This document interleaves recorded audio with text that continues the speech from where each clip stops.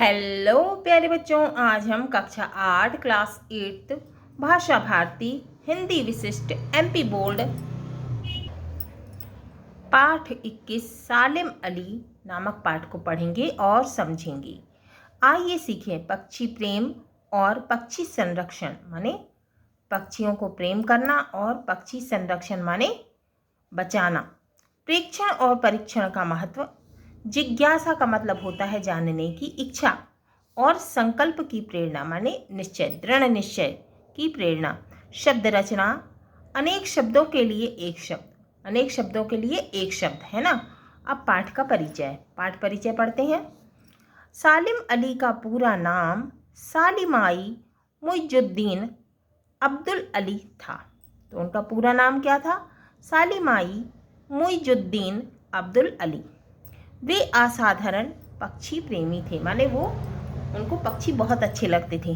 बया पक्षी के अध्ययन के परिणाम के प्रकाशन में उन्हें बहुत प्रसिद्धि प्राप्त हुई, माने वो बहुत प्रसिद्ध हो गए, बहुत विख्यात हो गए, फेमस हो गए। फिन, बया पक्षी की खोज उनकी महत्वपूर्ण देन है। क्या? फिन। उन्होंने बुक ऑफ इंडियन बर्ड्स लिखी। उन्होंने कौन सी बुक लिखी? बुक ऑफ इंडियन बर्ड्स, जिसमें पक्षियों के रोचक वर्णन के साथ उनके सुंदर चित्र भी थे। तो पक्षियों का बहुत ही अच्छा वर्णन था उसमें, और उसमें बहुत ज़्यादा पक्षियों के सुंदर चित्र भी थे, माने फोटो भी थी। उन्होंने पक्षी प्रेमी एस डिलन रिप्ले के साथ handbook of the bird India and Pakistan लिखी। सालिम अली को पक्षी संरक्षण के लिए, मतलब पक्षियों को बचाने के लिए, है ना, जे पॉल वाइल्ड लाइफ कंजर्वेशन पुरस्कार से सम्मानित किया गया। उन्हें कई राष्ट्रीय पुरस्कार, सम्मान और पुरस्कार मिले। तो सालिम अली कौन थे? बहुत बड़े पक्षी प्रेमी थे, है ना। अब हम इस पाठ को शुरू करते हैं।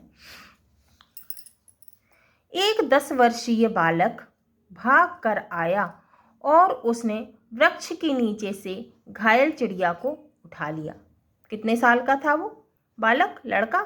10 वर्षीय बालक भाग कर आया और उसने वृक्ष माने पेड़ के नीचे से घायल चिड़िया को उठा लिया।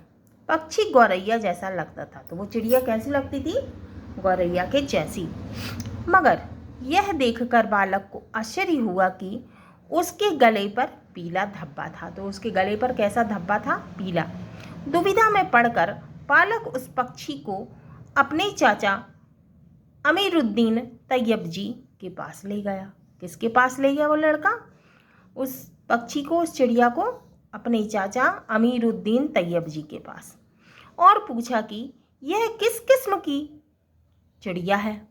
बोलने लगा कि चाचा, ये किस किस्म की चिड़िया है, यह किस तरह की चिड़िया है। उसके चाचा इस बारे में कुछ नहीं जानते थे, लेकिन वह बालक को बॉम्बे नेचुरल हिस्ट्री सोसाइटी के ऑफिस में ले गए। कहाँ ले गए चाचा? बॉम्बे नेचुरल हिस्ट्री सोसाइटी के ऑफिस में। अपोलो स्ट्रीट पर एक बड़े भवन में एक छोटा सा कमरा था। लड़के का परिचय WS मिलॉर्ड से, जो सोसाइटी के अवैतनिक सचिव थे, कराया गया। अब इस फोटो में दिख रहे हैं ना, ये लड़का दिख रहा है ना, और ये चिड़िया दिख रही है, घायल पक्षी है ना, चिड़िया दिख रही है। मिलार्ड को यह देखकर आश्चर्य हुआ कि एक भारतीय लड़का यह पूछ रहा है कि यह कौन सी चिड़िया है। वह उसे उस कमरे में ले गए जहां तरह तरह के मरे हुए पक्षियों के शरीरों में भूसा भरकर रखा हुआ था। तो तरह तरह के पक्षी थे, है ना। तो पक्षियों के शरीरों में भूसा भरकर रखा गया था। कैसे थे वो पक्षी? मरे हुए। एक के बाद दूसरे दराज खोले गए और तरह तरह की चिड़िया दिखाई गई। लड़के ने शायद यह कल्पना भी नहीं की थी कि पक्षी भी इतने प्रकार के होते हैं। लड़के ने कभी सोचा भी नहीं था कि इतनी भी प्रकार की चिड़िया होती हैं, इतने प्रकार के बर्ड होते हैं, पक्षी होते हैं। वह आश्चर्यचकित सा मुँह बाए देखता रहा। अब वो आश्चर्यचकित हो गया, बहुत आश्चर्य में हो गया और वो देखता रहा। मिलॉर्ड ने एक दराज खोला जिसमें तरह तरह की गौरैयाएँ रखी थीं। तो मिलॉर्ड ने एक दराज खोला जिसमें बहुत सारी तरह तरह की कई किस्म की गौरैया रखी थीं। सावधानी से देखकर मिलॉर्ड ने एक मरा हुआ पक्षी उठाया। वह पक्षी बिल्कुल वैसा ही था जैसा उस बालक अपने साथ लाया था। यह एक नर-बया पक्षी था। कौन था वो पक्षी? नर-बया पक्षी। कौन था? नर-बया पक्षी।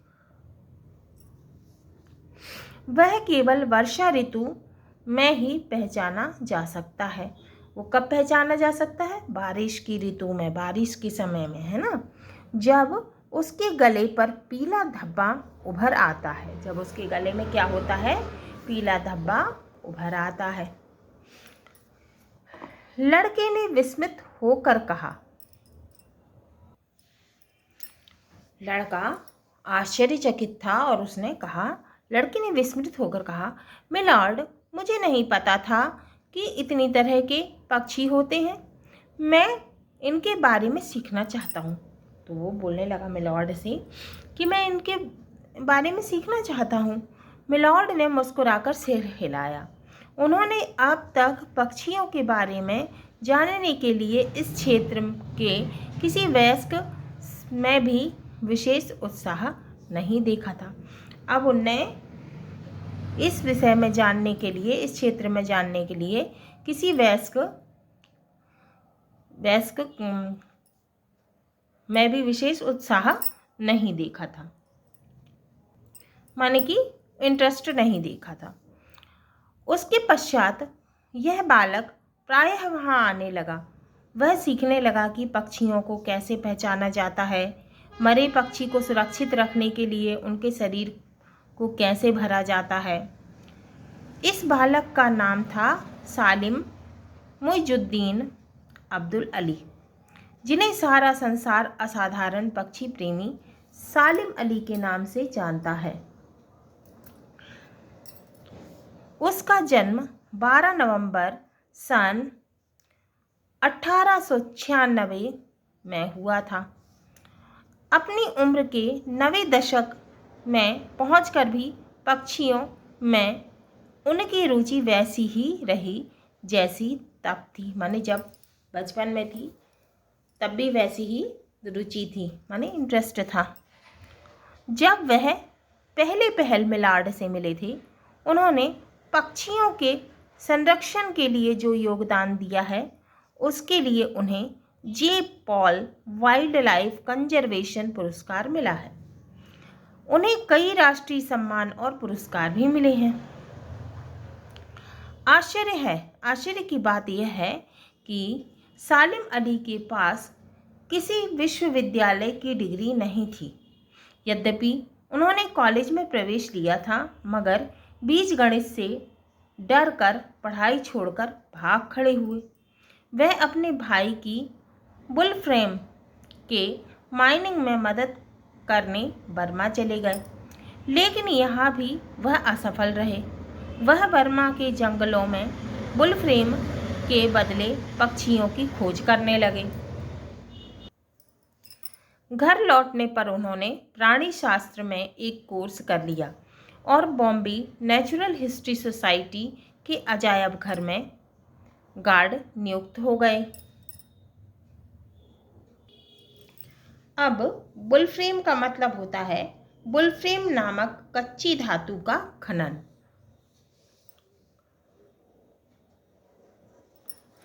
हिस्ट्री सोसाइटी के अजायब घर में गार्ड नियुक्त हो गए। वह इसका उच्च प्रशिक्षण लेने के लिए जर्मनी गए। 1 वर्ष बाद, माने 1 साल बाद लौटने पर उन्होंने पाया कि उनकी नौकरी चली गई और वह बेकार हो गए, माने उनकी नौकरी चली गई, है ना, और वो बेरोजगार हो गए। पैसे की कमी के कारण उनकी उपस्थिति में उनका पद ही समाप्त कर दिया गया था। सालिम अली विवाहित थे और उन्हें काम की सख्त ज़रूरत थी, माने काम की बहुत ज़रूरत थी, लेकिन उन्हें ज़्यादा से ज़्यादा क्लर्क का ही काम मिलने की उम्मीद थी। उसके बाद उन्हें अपने मनचाहे काम बर्ड वॉचिंग के लिए अधिक समय नहीं मिल सकता था। सौभाग्य से उनकी पत्नी की कुछ निजी आय थी, जिससे उन्हें बहुत सहारा मिला। उन्होंने बंदरगाह के पार किहीम में एक छोटा सा घर ले लिया। वह घर पेड़ों के नीचे बना हुआ था और वहाँ बड़ी शांति थी। जब वर्षा ऋतु आई तो माने जब बारिश का मौसम आया तो सालिम अली ने देखा कि घर के पास ही बया पक्षियों ने एक पेड़ पर अपनी बस्ती बनाई है। तब बया पक्षी के बारे में लोगों को कुछ ज़्यादा जानकारी नहीं थी, मतलब लोग ज़्यादा जानते नहीं थे। किसके बारे में? बया पक्षी के बारे में। इन पक्षियों का अध्ययन करने का सालिम अली के लिए यह सुनहरा अवसर था, माने अच्छा मौका था। 3-4 महीनों तक वे रोज घंटों बैठे बड़े धैर्य से, माने बहुत धीरज से इन पक्षियों को वहाँ कार्यरत देखते रहते। सन 1930 में उन्होंने अपने इस अध्ययन के परिणाम को प्रकाशित किया तो उन्हें पक्षी विज्ञान और ऑर्निथोलॉजी में खूब ख्याति मिली। ख्याति माने प्रसिद्धि, है ना, तो उन्हें बहुत प्रसिद्धि मिली।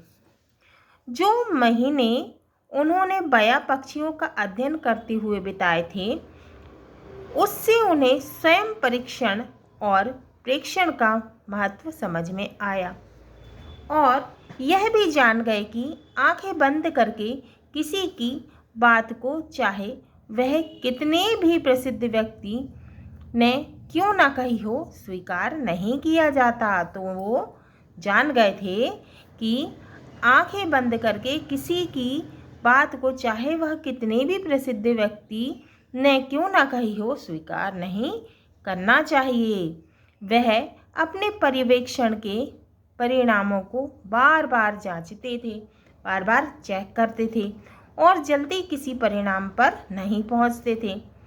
इससे उनके विचारों और राय को आधिकारिक माना जाने लगा और इसी कारण कई बार उनका टकराव वरिष्ठ पक्षी प्रेमियों से हुआ। वरिष्ठ माने बड़ा, है ना। इसका प्रसिद्ध उदाहरण है रैकेट टेल्ड ड्रोगो में दुम के परों का निकलना। एक प्रसिद्ध पक्षी विज्ञानी ने कहा कि सालिम अली का प्रेक्षण गलत है, लेकिन अंततः सालिम अली ही ठीक निकले, मतलब वो ही सही निकले। उनकी फिन बया की खोज भी महत्वपूर्ण योगदान है। समझा जाता है कि 100 वर्ष से वह पक्षी विलुप्त हो गया है। विलुप्त माने अब दिखाई नहीं देता, है ना। मगर सालिम अली ने कुमाऊं की पहाड़ियों में उसे खोज निकाला। अपने बचपन में सालिम अली को भारतीय पक्षियों पर एक अच्छी पुस्तक की कमी बहुत खलती थी, मतलब बहुत उनको ऐसा लगता था कि इसकी कमी है ना। जो कुछ पुस्तकें उपलब्ध थी, माने मिलती थी, है ना, उनमें चित्र ही नहीं थे और इनमें केवल उबा देने वाला विस्तृत वर्णन था। ऐसी पुस्तकें किसी का पक्षियों के प्रति उत्साह बढ़ाने के स्थान पर उसे बिल्कुल समाप्त कर देती है। हाँ तो बच्चों, ये है सालिम अली, है ना, पक्षी प्रेमी, है ना, इनकी ये क्या है? चित्र है उनका, ये फोटो है। ऐसी पुस्तकें किसी का पक्षियों के प्रति उत्साह बढ़ाने के स्थान पर उसे बिल्कुल समाप्त कर देती है, खत्म कर देती है, विशेषकर बच्चों में। सन 1941 में उन्होंने यह कमी पूरी करने